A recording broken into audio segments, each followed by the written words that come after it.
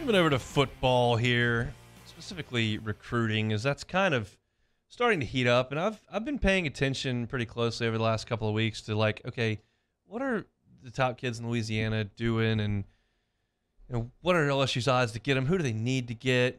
And I stumbled on a position that I don't generally stumble upon in recruiting because it's generally taken care of, and we'll talk to Jeremy about that. But it's running back, and there are two in the state that are getting offers from a lot of people. Trey Holly from Union Parish is already committed to LSU. He's in the boat. He's sending tweets out yesterday saying, "Hey, we're doing something special at LSU. Y'all need to join in, get with us." And so Trey Holly is one, and we'll certainly talk about him. And Caleb Jackson from right here in Baton Rouge at Liberty Magnet is the other. He's a 4-star. He's being recruited by A&M, where Tommy Robinson is, who used to be here at LSU. He's being recruited by Alabama, Auburn. Everybody's kind of in the mix for Caleb Jackson as well.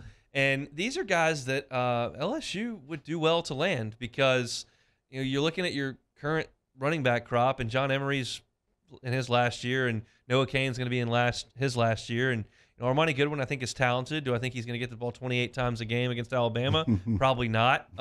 So adding to your running back room, I think, is going to be very important. Holly's a guy that had committed a couple months ago, and we spoke about him, and I'll let you do that now. But I want to get your thoughts on Jackson as well. So Holly, first of all, I know impressed you pretty quick when you're watching tape. Yeah, I actually got a chance to talk to him yesterday, and he's just super excited, man. He's pumped up to be a Tiger. He's like, man, I wish I could put the purple and gold right now. Like, hey, you got a senior year to worry about, but he's ready to go, man. And I think that's a perfect guy for this Denbrock offense. They're going to spread people out, and they're going to try to get their backs in space. And a guy like Trey Holly in space is really, really dangerous for defenses, man. They're not used to, having to break down and tackle guys that short and that quick and with that much make you miss ability. So I'm excited for Trey, and he got 1,000 yards to go to be the all-time leading rusher. So he should be tackling that feat pretty soon here. And as far as Caleb Jackson goes, look, I'm not a scout. I'm not a talent evaluator. I'm not a recruiting analyst. I'm just a guy who watches football. That's all I'm proclaiming to be here. But there are some things over the years in watching recruits that I've tried to pick up on. Like, if you have a wide receiver tape and all you do is run go routes and catch balls in your breadbasket and run by guys, or if you're just catching slip screens and running past everybody, If you're a running back and you just take the ball and run around everybody on the field, you're just so much better than everybody that I don't want to see. I want to see vision. I want to see cut ability. You better run past everybody on a high school field, unless you're just untackleable and so strong and physical. But Caleb Jackson makes guys miss in the hole. He catches the ball a little bit out of the backfield. He does run away from everybody, but it's not, I'm just the fastest guy out here, so deal with it. There's some running back ability there that I like, and I sincerely hope that they get both these guys in the boat. No, it'd be huge. And I think going forward for this class, you kind of look at where the running back room set up now. You figure this is probably Emery's last year. This is probably Cain's last year. So that's going to be a huge forward, especially when you lose a guy like Kiner to the transfer portal. So you're going to have to fill that in. And I think with these two guys, especially being in-state kids, I know Holly's going to be a really good talent, especially if he's using the right way. And I think obviously adding Jackson too, who has really deceptive breakaway speed. You cut his tape on, he's running away from people and he's making guys miss in open space. So two guys like that in this offense could really, really help this team out a ton. It's fun to me to go back and look. LSU always builds the majority of its roster from Louisiana. That's not new, but when you start to think about the lead dog running backs this place has had over the last 25 years, and you go back to Falk, and you go back to Justin Vincent, and you go back to Ali Broussard, you go to Hester and Charles Scott and Keelan Williams, and then you move into who was right after those guys. I guess it would have been there was Spencer Ware's not from here, but Spencer Ware, Alfred Blue, Kenny Hilliard, Jeremy Hill, and then after that Leonard Fournette and Darius Geis. It's all Louisiana outside of a Dye and Spencer Ware, and then Ridley, who is from 5 minutes from Louisiana, right up there in Mississippi. Not Louisiana, but very, very close. Why do you think this state continues to produce 4- and 5-star running backs every year, all SEC candidate at LSU just about every year, and then first round, second round, third round draft picks that go on to set records in the NFL? Man, I don't know. That's a great question. I mean, you look at the history, you look at, a lot of the great backs, even the ones who didn't go to LSU, Marshall Faulk, Warwick Dunn, some of the other great running backs from this state. Travis Minor. Yeah, you can go Travis on. Etienne.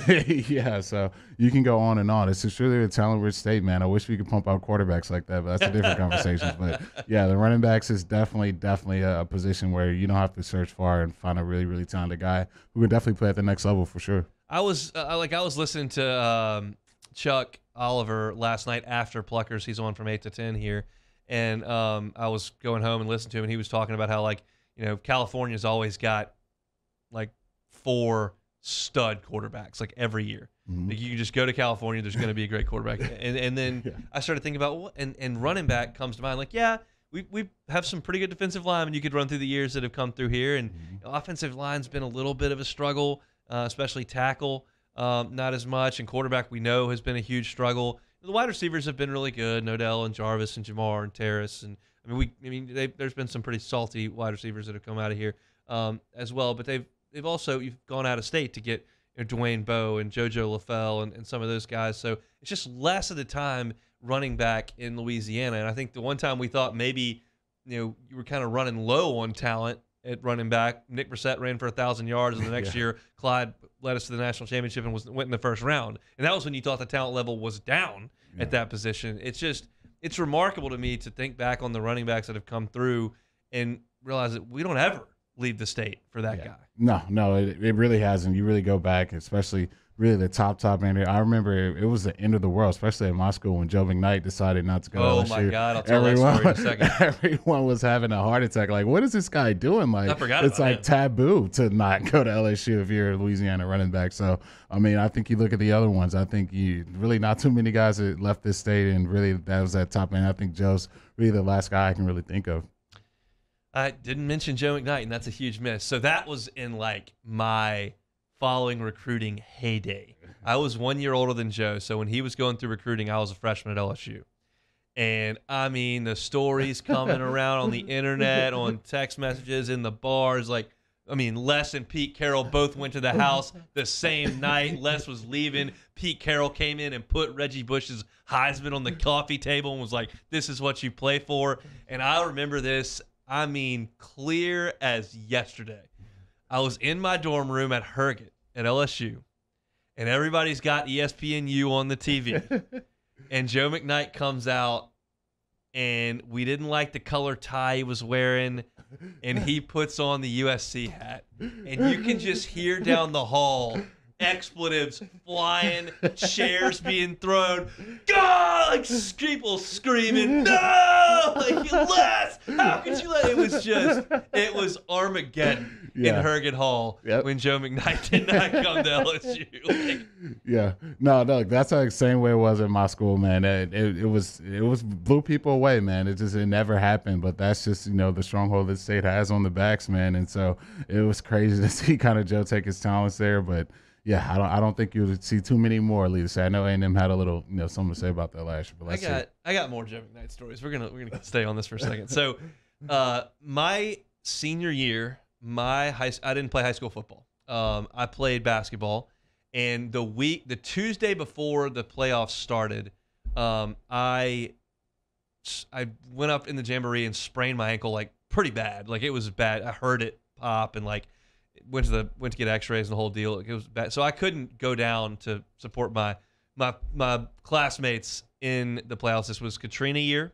And you kind of cobbled a schedule together, and my team went 2-8 and made the playoffs as the 32nd seed in 2A. Well, who's the number 1 seed? John Curtis with Joe McKnight. So our team has to go play John Curtis. We are not good at all. We won 2 games, and we're sending a bunch of guys who have no chance to ever sniff a college football field down to play John Curtis. Today that is announced that's the game, our coach, I wasn't in the room, obviously, because I wasn't on the team, huddled the team around, and he goes, "Boys, if we win this game, it'll be the biggest upset, not in Louisiana history, not in Louisiana high school history, not in football history, in the history of sports. It'll be the biggest upset if we can win this game." Which I don't know if that's the best message to send to your guys, but that's what he said. So our team goes down there, and they're playing John Curtis, a 2-8 Loyola team against the best team in the state. And our kicker is so nervous on the opening kickoff that he cold shanks it, trying to kick it deep. He cold shanks it perfectly 10 yards, and we fall in it for an onside kick on accident.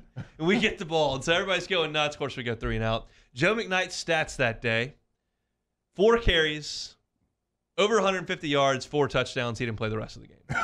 He touched it 4 times, ran for 4 touchdowns, and that was it for Joe that night. Hey, look, unfortunately, I haven't had to be on the brunt side of that where you just know things aren't going to go well for you from the moment you kick it off. So I couldn't imagine then going against Joe. That high school tape, you want to cut on a high school highlight tape and just watch Minigan's voice.